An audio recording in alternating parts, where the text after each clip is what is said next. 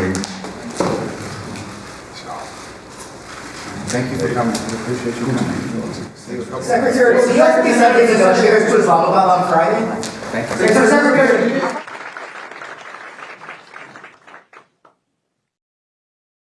In my estimation, Secretary Rubio is spot on when he says that an alliance cannot be a one-way street.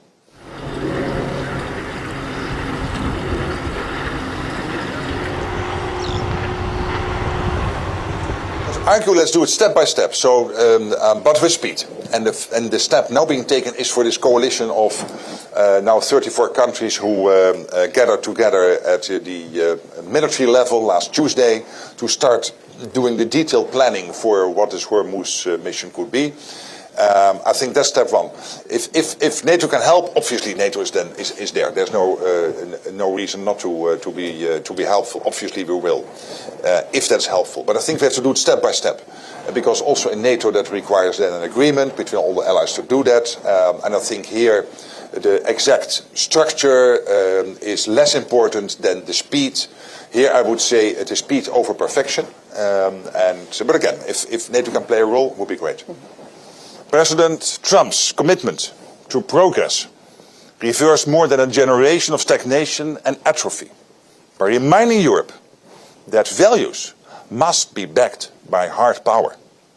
Hard power provided not only by the United States, but through the collective effort of countries who are part of the most successful military alliance ever built.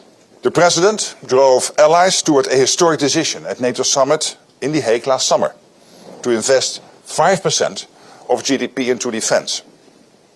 And this will help to ensure that the NATO of the future is not an alliance in which allies are unhealthily dependent on the United States, and in which the United States knows that it has capable partners who are ready, willing and able to defend our freedom and security.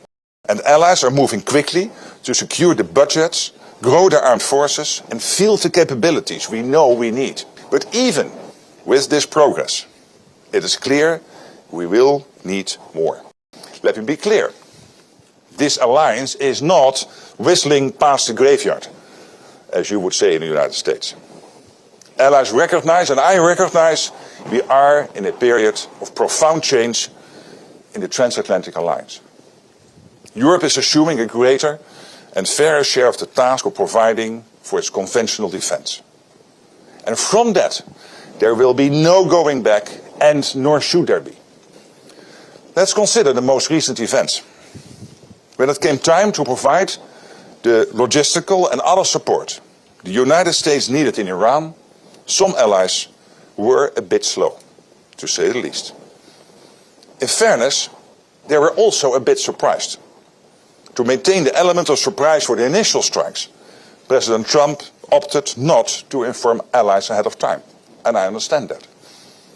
But what I see when I look across Europe today is allies providing a massive amount of support, basing, logistics and other measures to ensure the powerful US military succeeds in denying Iran a nuclear weapon and degrading its capacity to export chaos. Nearly without exception, allies are doing everything the United States is asking. They have heard and are responding to President Trump's requests. The United Kingdom is leading a coalition of countries that are aligning the military, the political and the economic tools that will be required to ensure free passage through the Strait of Hormuz.